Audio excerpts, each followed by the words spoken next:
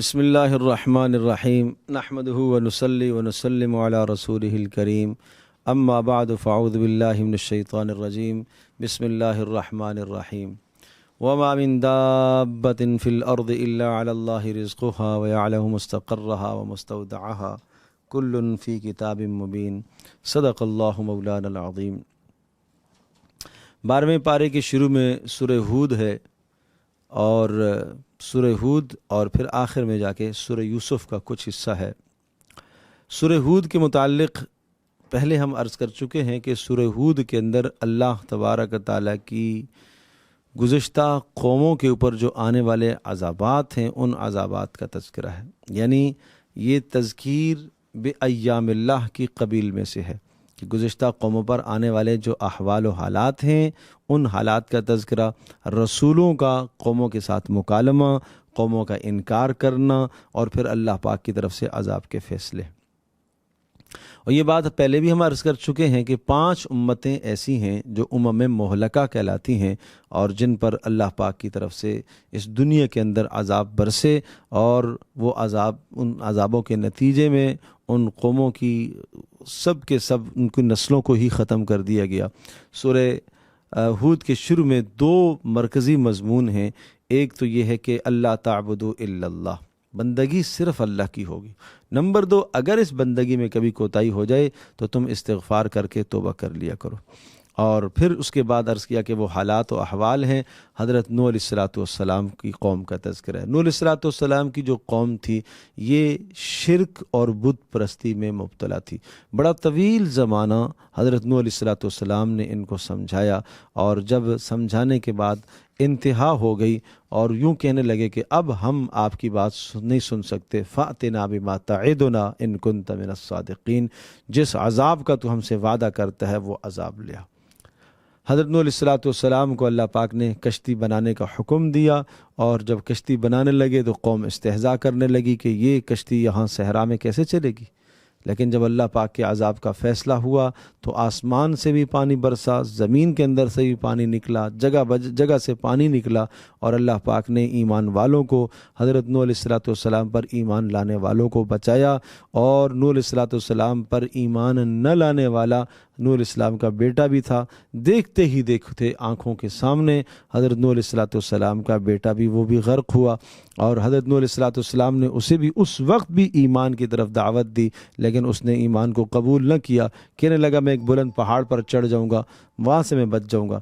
نوح علیہ السلام نے فرمایا کہ آج اللہ کے حکم سے، اللہ کے فیصلے سے تمہیں کوئی نہیں بچا سکتا۔ تو یہ عذاب کا تذکرہ ہے۔ اور اس کے بعد حضرت ہود علیہ السلام کی قوم عاد کہلاتی ہے۔ یہ دنیا کی سب سے طاقتور ترین قوم تھی، اور ان کو اپنی طاقت پر غرور اور گمنڈ تھا۔ بڑا عرصہ حضرت ہود علیہ السلام ان کو بھی سمجھاتے رہے، اور یعنی ان کا جو خاص جرم تھا ظلم اور زیادتی، کمزوروں پر ظلم کرنا، اپنی طاقت پر غرور اور گمنڈ تھا، لیکن جب نہ مانا تو اللہ کا عذاب اس پر بھی برسا۔ اور تیسرا تذکرہ ہے حضرت صالح علیہ السلام کی قوم کا، جنہیں قوم سمود کہا جاتا ہے۔ ان کا خاص جو جرم تھا وہ صنعت اور حرفت میں تو بہت آگے تھے، اور اسی کے اندر انہماک اتنا تھا کہ اس کو باعث غرور سمجھتے تھے، باعث تکبر سمجھتے تھے۔ شرک اور بت پرستی کے ساتھ ساتھ یہ چیزیں، یہ برائیاں ان کے اندر موجود تھیں۔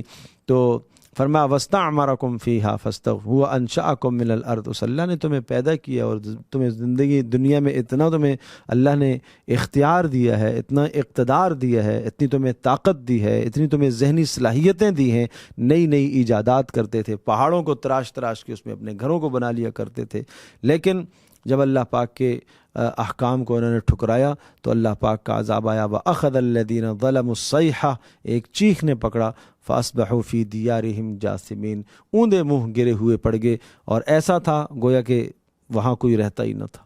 وَلَقَدْ جَاءَتْ رُسُلُنَا إِبْرَاهِيمَ بِالْبُشْرَى، ابراہیم علیہ السلام کو بیٹوں کی بشارت دینے کے لیے اور پوتے کی بشارت دینے کے لیے اللہ پاک نے ملائکہ کو بھیجا، اور اس بشارت کے بعد پھر یہی ملائکہ حضرت لوط علیہ السلام کی بستی کی طرف آئے، اور وہ اللہ کا عذاب لے کر آئے۔ یہ جو بستی تھی حضرت لوط علیہ السلام کی قوم، یہ فحاشی اور عریانی کی انتہا پر تھی، اور اللہ پاک نے انہیں سمجھانے کے لیے لوط علیہ السلام کو رسول بنا کر بھیجا، لیکن جب انہوں نے نہ مانا اللہ کا عذاب ان پر بھی آیا. فجعلنا عالیہا سافلہا وامطرنا علیہا حجارۃ من سجیل. نیچے کا حصہ اوپر، اوپر کا نیچے، اوپر آسمان کے قریب لے جا کر فرشتے نے نیچے زمین پر ان کو پٹخ دیا اور اوپر سے پتھروں کی ان پر بارش برسائی. اور اس کے بعد وَإِلَىٰ مَدْيَنَ أَخَاهُمْ شُعَيْبًا. حضرت شعیب علیہ السلام کی قوم کا تذکرہ ہے. شعیب علیہ السلام کی قوم جو ہے بت پرستی اور شرک کے ساتھ ساتھ ایک اور جرم ناف تول میں کمی کرنا، یعنی اللہ کا حق بھی مارنا، اللہ کے بندوں کا حق بھی مارنا. بہت سمجھایا شعیب علیہ السلام نے. کہنے لگے یا شعیب اصلاتک تأمرک ان نترک ما یعبد آباؤنا او ان نفعل فی اموالنا ما نشاء. اے شعیب، تجھے تیرا دین یہ کہتا ہے کہ ہم اپنے بتوں کی پوجا چھوڑ دیں اور ہم اپنے مالوں میں اپنے اختیار سے کام نہ کریں. ہم ہرگز تیری بات نہیں مانیں گے، ہم ہرگز تیری بات نہیں مانیں گے، لہٰذا ہم اپنی مرضی سے کام کریں گے. چنانچہ اللہ پاک کا عذاب آیا. اور اس کے بعد حضرت موسیٰ علیہ السلام کا تذکرہ. موسیٰ علیہ السلام کے تذکرے میں پہلے یہ بات ہم عرض کر چکے ہیں کہ دو حصے ہوتے ہیں. ایک موسیٰ علیہ السلام کا تذکرہ فرعون کے ساتھ ہے اور دوسرا موسیٰ علیہ السلام کا تذکرہ اپنی قوم بنی اسرائیل کے ساتھ ہے. یہاں پر جو اللہ پاک نے تذکرہ فرمایا موسیٰ علیہ السلام کی قوم کا جو تذکرہ ہے وہ پہلا حصہ ہے، یعنی فرعون کے ساتھ جو پیش آئے ہوئے حالات ہیں. اور ان سب حالات کے بعد پھر ایک جملہ ذکر فرمایا وَكَذَلِكَ أَخْذُ رَبِّكَ إِذَا أَخَذَ الْقُرَىٰ وَهِيَ ظَالِمَةٌ. یہ ہے تیرے پروردگار کی پکڑ، یہ جن بستیوں کو تباہ کیا اللہ نے اور عذابوں میں مبتلا کیا. فرمایا یہ ہے تیرے پروردگار کی پکڑ. اور کیوں؟ وَهِيَ ظَالِمَةٌ، اس لیے کہ وہ ظلم کرنے والے تھے. شرک کرنا یہ ظلم ہے، ماتحتوں پر ظلم کرنا، زیادتی کرنا یہ بھی ظلم ہے. اللہ کے بندوں میں کے حقوق میں کوتاہی کرنا یہ بھی ظلم ہے. اور ان اخذہ علیم شدید، فرمایا یہ پکڑ اللہ کی بڑی سخت ہے. ان فی ذلک لآیۃ لمن خاف عذاب الآخرہ. یہ تو اس کے لیے بڑی نصیحت ہے اور نشانی ہے جو آخرت کے عذاب سے ڈرے. یہ تو دنیا کے عذاب ہیں، آخرت کے عذاب تو بڑے سخت ہوں گے. سعادت مندی اور نیک نصیبی اور نیک بختی اور بد بختی کی نشانیوں کو ذکر فرمایا. سعادت مند وہ ہے جو اللہ کے احکام کی پیروی کرے اور اس کے لیے جنت کا فیصلہ ہے، اور بد بخت وہ ہے جو اللہ کے احکام سے اعراض کرے اور اس کے لیے جہنم کا فیصلہ ہے. اور پھر آخر میں فرمایا فاستقم کما امرت ومن تاب معک ولا تطغوا. اس لفظ اور یہ کلمات جو ہیں، ان کلمات کے متعلق رسول اللہ صلی اللہ علیہ وسلم ارشاد فرمایا کرتے تھے کہ مجھے سورہ ہود نے بوڑھا کر دیا. یہ عذابوں کے تذکرے اور پھر اس کے بعد فاستقم کما امرت، کہ جس چیز کا آپ کو حکم دیا گیا ہے آپ اس پر استقامت اختیار کیجیے. ولا تطغوا، سرکشی، یہ امت کو خطاب ہے. ولا تطغوا، سرکشی نہیں، بغاوت نہیں اللہ کی دھرتی پر، گناہ ہو جاتا ہے انسان سے. ولا ترکنوا الی الذین ظلموا، ظالموں کی طرف ذرہ برابر میلان تک نہیں ہونا چاہیے، کافروں کی طرف میلان تک نہیں ہونا چاہیے. تمہارے دلوں کے اندر یہ خیال نہ ہے کہ وہ ہم سے اچھی زندگی گزار رہے ہیں، قطعاً نہیں. یہ سخت ظلم کی بات ہے. اور نیکی کرتے رہا کرو، اور یہ نیکیاں تمہارے چھوٹے چھوٹے گناہوں کو یہ نیکیاں دھو دیں گی. ذالک ذکری للذاکرین، یہ نصیحت ہے، یہ اللہ کی نصیحت ہے. اس کے بعد سورہ یوسف ہے. یہ بڑا خوبصورت کردار ہے حضرت یوسف علیہ السلام کا، اور یہ سورہ یوسف از اول تا آخر مکمل حضرت یوسف علیہ السلام کے واقعے پر مشتمل ہے. یہ واحد صورت ہے جس میں مکمل حضرت یوسف علیہ السلام کی سیرت و کردار. اچھا، قرآن میں یہ جو واقعات آتے ہیں یہ دو طرح کے ہوتے ہیں. ایک ہے انباء الرسل، ایک ہے قصص الانبیاء.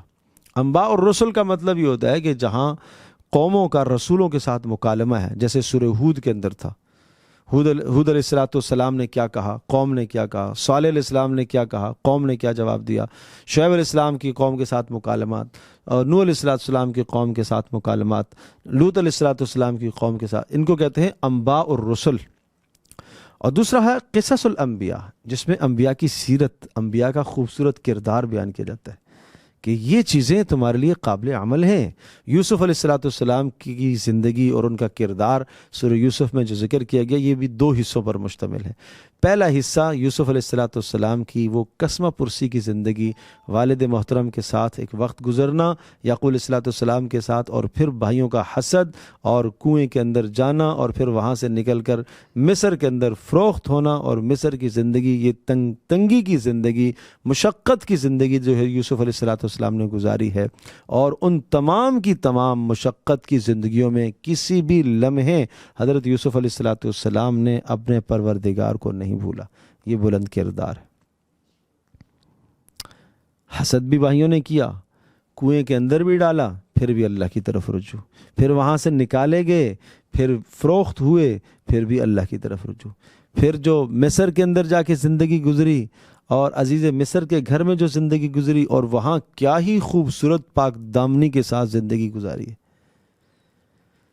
اور بدترین جرم اور زنا جیسی بدترین جو ہے وہ برائی سامنے آئی ہے، لیکن جیل جانا پسند کیا ہے، اس برائی کے قریب نہیں گئے. اور قرآن کس انداز سے یوسف علیہ السلام کی برات کو ذکر کرتا ہے، کذالک لنصرف عنہ السوء والفحشاء. ہم نے یوں یوسف سے بے حیائی کو اور گناہ کو دور کر دیا. یوسف تو خود بچے ہوئے تھے، یوسف تو پہلے سے بچے ہوئے تھے. یہ نہیں کہا کہ یوسف کو ہم نے گناہ سے پیچھے کر دیا، یوسف تو تھے ہی بچنے والے. ایک پروپیگنڈا تھا عورتوں کا، اور وہ سب کی سب ایک ان کی ایک اسکیم کے تحت، ایک پروپیگنڈے کے تحت یوسف علیہ السلام کو انہوں نے ورغلانے کی، گناہ میں ملوث کرنے کی کوشش کی. قرآن کہتا ہے لنصرف عنہ السوء والفحشاء. ہم نے اس طرح سے یوسف علیہ السلام سے اس گناہ کو دور کیا، بے حیائی کو ہم نے پیچھے کر دیا. اور پھر یوسف علیہ السلام جب جیل میں گئے، حالانکہ کس قدر مشقت کی زندگی ہے جیل میں. اور آپ اندازہ تو کیجئے کہ یوسف علیہ السلام دیار غیر میں، انہیں پتہ تھا یہاں میرا باپ نہیں ہے، بھائی نہیں ہے، کوئی سفارشی نہیں ہے، جیل سے نکالنے والا کوئی نہیں ہے. سامنے ایک جرم آیا، اس جرم کے بدلے میں انہوں نے جیل کو ترجیح دی. یا تو جرم کرنا پڑے گا زنا کا، اور یا آپ کو جیل جانا پڑے گا. جیل جانے کو ترجیح دی. اور یہ ذہن میں سب باتیں ہیں کہ ساری زندگی جیل میں رہا جا سکتا ہے، ساری زندگی جیل میں گزر سکتی ہے، شاید وہاں پڑے پڑے ہی مر جاؤں. لیکن اللہ پاک کی محبت جن کے دلوں میں ہوتی ہے، وہ اس طرح سے گناہوں سے اپنے آپ کو پیچھے کرتے ہیں. تو یہ ایک نوجوان نسل کے لیے بہت بڑا پیغام ہے حضرت یوسف علیہ السلام کی پاک دامنی. اور پھر قربان جاؤں، یوسف علیہ السلام نے اس جیل کے اندر بھی اللہ پاک کی توحید اور وحدانیت کی طرف جیل والوں کو بھی بلاتے رہے. ایک لمحہ اللہ پاک سے غافل نہیں ہوئے، مسلسل اللہ پاک کی وحدانیت اور اللہ کی توحید کی طرف جیل والوں کو بھی بلاتے رہے. اور ان کے بہترین اور خوبصورت کردار سے جیل والے بھی متاثر تھے. اور پھر اللہ تبارک تعالیٰ نے بادشاہ کو ایک خواب دکھایا، اور وہ خواب یوسف علیہ السلام کی رہائی کا ذریعہ بنا. یہ ایک نظام ہے اللہ کا، یہ ایک تربیتی نظام چل رہا تھا. یہ کوئی اتفاقی باتیں نہیں ہے کہ بادشاہ نے خواب دیکھا اور یوسف علیہ السلام کو باہر بلا لیا، ایسا نہیں ہے. یہ ایک نظام ہے زندگی کا، ایک تقدیر کا فیصلہ تھا کہ یوسف علیہ السلام کو ان مسائل سے اور ان پریشانیوں سے گزارنا ہے، اور ایک امت کے لیے سبق ہے. اور پھر وہ جب خواب بادشاہ نے دیکھا، رہائی کے اسباب پیدا ہوئے، تو پھر اللہ پاک نے مصر کا اقتدار عطا فرمایا. تو یہ سمجھنا چاہیے کہ ایک جوان کو کس طرح سے پاک دامنی کی زندگی سیرت گزارنی چاہیے. عرض کیا تھا یوسف علیہ السلام کی زندگی میں ایک بہترین کردار ہے، خوبصورت ایک نمایاں کردار ہے. یہ کردار ہمیں اپنانا چاہیے. اللہ پاک ہم سب کے لیے عمل کرنا آسان